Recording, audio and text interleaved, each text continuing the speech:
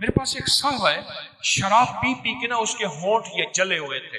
ہونٹ نا بعض نا سگریٹ سے اتنا پیتے ہیں ہونٹوں کے یہاں آپ نے دیکھا ہوگا نشان پڑ جاتے ہیں، آپ نے دیکھا ہوگا. اس کے شراب پی پی کے ہونٹ جلے ہوئے تھے. میرے پاس آیا، کہا میری بخشش ہو سکتی ہے؟ کیوں کیا ہے؟ کہنے لگا زندگی شرابوں میں گزری ہے، شراب کے علاوہ جو بھی شراب کے ساتھ ہے اسی میں گزری ہے، بخشش ہو سکتی ہے؟ تو میں نے کہا میں نے بخشنا ہے. تو یہ پتہ نہیں وہ کتنا بڑا کریم ہے. میں نے یہی آیت بتا دی، یہی عمل بتا دی، یہی آیت بتا دی، یہی عمل بتا دی، یہی عمل بتا دی. میں نے کچھ چیز نہیں کھائی، کوئی ایسی چیز ہماری ایک دوا ہے 70 شفائیں وہی کھائی. آپ کو اندر خود ہو سی تھا، خود مکا مانچا. وہ بات ہے کہ کھایا کیا ہے، وہ 70 شفائیں کھاتا ہوں نا تو کچھ گلا ٹھیک ہو جائے. میں نے کہا ایسا کرو، یہی عمل کرو. کہنے لگا نہیں زیادہ نہیں کر سکوں گا. میں کہا جتنا ہے کر لوں. لیکن اس نے زیادہ کیا. قدرت کا نظام دیکھیں، کچھ ہی عرصے بعد بیمار ہو گیا. اس وقت جب میرے پاس آیا تھا وہ 70 سے آگے بہت سارا نکل گیا تھا. بابا تھا، اپنے علاقے کا بڑا چودھری تھا، بہت بڑا چودھری تھا، قوم کا جٹ تھا، چودھری تھا، بڑا دبنگ آدمی تھا، بندوں کو سیدھا کروا دیتا تھا وغیرہ وغیرہ. بیمار ہو گیا، نشتر ہسپتال ملتان میں لے گئے. کئی دن وہاں داخل رہا اور یہ وظیفہ نہ چھوڑا. کہنے لگا مجھے مسجد میں لے چلو. میرا دل کہتا ہے مجھے مسجد میں لے چلو. مسجد میں گیا، نماز کا وقت نہیں تھا، محراب میں چلا گیا. محراب میں جا کے ایسے سجدے میں گر گیا اور سجدے میں گر کے زور زور سے پڑھنے لگا ایاک نعبد و ایاک نستعین، ایاک نعبد. پھر اس کی آواز آہستہ آہستہ کم ہو گئی اور کچھ دیر کے بعد آواز ختم ہو گئی. دیکھا تو اللہ کی امانت اللہ کے پاس چلی گئی. میں نے ایاک نعبد و ایاک نستعین پڑھنے والوں کے خاتمہ ایمان پہ دیکھے. ایک صاحب نے مجھے اپنا مشاہدہ بتایا. مجھ سے کہنے لگے کہ میں باہر ملک رہا، ابو ظبی بہت عرصہ رہا. کہا کہ میں زندگی میں ساری عمر وہاں رہا، مال بھیجتا رہا، پیسے بھیجتا رہا، سال کے بعد آتا تھا. آخر کار میں نے کہا اب وہاں جا کے وقت گزاروں اپنے مقام پہ. میں پھر اپنے وطن میں آ گیا. کچھ ہی عرصے کے بعد مجھے پتا چلا کہ میرے پاس تو کچھ بھی نہیں ہے. جو کچھ تھا وہ سب لوگ کھا گئے، اور اگر جائیداد بنائی تو انہوں نے اپنے نام بنائی. میرے پاس کچھ بھی نہیں. مجھے جب یہ غم لگا تو شوگر ہو گئی اچانک، اور پھر بلڈ پریشر ہو گیا، نیند چلی گئی، ذہنی سکون ختم ہو گیا، ذہنی طور پہ پریشانی، حالات ختم، اور ناکامیاں اور مسائل میرے پاس آ گئے. اور کہا اسی الجھن میں، بیماریوں میں مبتلا ہو گئے، دکھوں میں. پھر گھریلو جھگڑے شروع ہو گئے، گھریلو الجھنیں شروع ہو گئیں، گھریلو حالات میں تلخیاں سختیاں شروع ہو گئیں. میں اسی گردش میں، اسی پریشانی میں. کہا کہ اسی طرح میرے کوئی 2.5-3 سال گزر گئے. ایک دفعہ میں نائی کے پاس بیٹھا تھا اپنی حجامت کرانے کے لیے، بال کٹوانے کے لیے. میں بیٹھا ہوا پریشان بیٹھا تھا تو ایک صاحب میرے پاس آئے، پرانے جاننے والے. اس وقت جب میں ملک میں تھا، جوان تھا، وہ بھی جوان تھا. مجھے دیکھا تو ملا، بڑا خوش ہوا. کہاں آئے، اتنا عرصہ کے بعد ملاقات ہوئی اور اتنے عرصے کے بعد آپ کو دیکھا.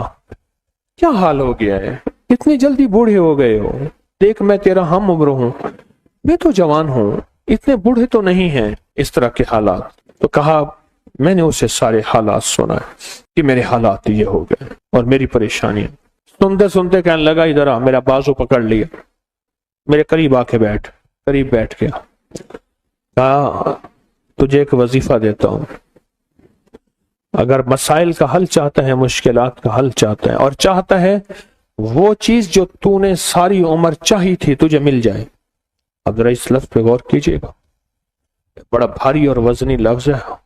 وہ چیز جو تو نے چاہی تھی ساری عمر اور تجھے مل جائے تو ایک کام کر، صرف فجر کی نماز کے بعد صرف 121 بار یا لطیف و یا ودود پڑھ بس. اور کہا خوب گڑ گڑا کے بھکاری بن کے پڑھ فجر کی نماز کے بعد. اور کہا کہ عصر کی نماز کے بعد صرف 21 بار پڑھ. فجر کے بعد 121 بار اور عصر کے بعد صرف 21 بار پڑھ. اور کہا اس کو چھوڑنا نہیں، مہینوں نہیں چھوڑنا، سالوں نہیں چھوڑ. کہا اس نے حجامت بنوا لی تھی اور وہ چلا گیا. میں بال کٹوا رہا تھا تو میری زبان پہ خود بخود یا لطیف و یا ودود جاری ہو گئی، خود بخود جاری ہو گئی. اور کہا کہ پھر میں نے اس کو پڑھنا شروع کر دیا. کہا مجھے نیند تو میری ختم ہو چکی تھی، نیند تو ویسے ہی نہیں آتی تھی.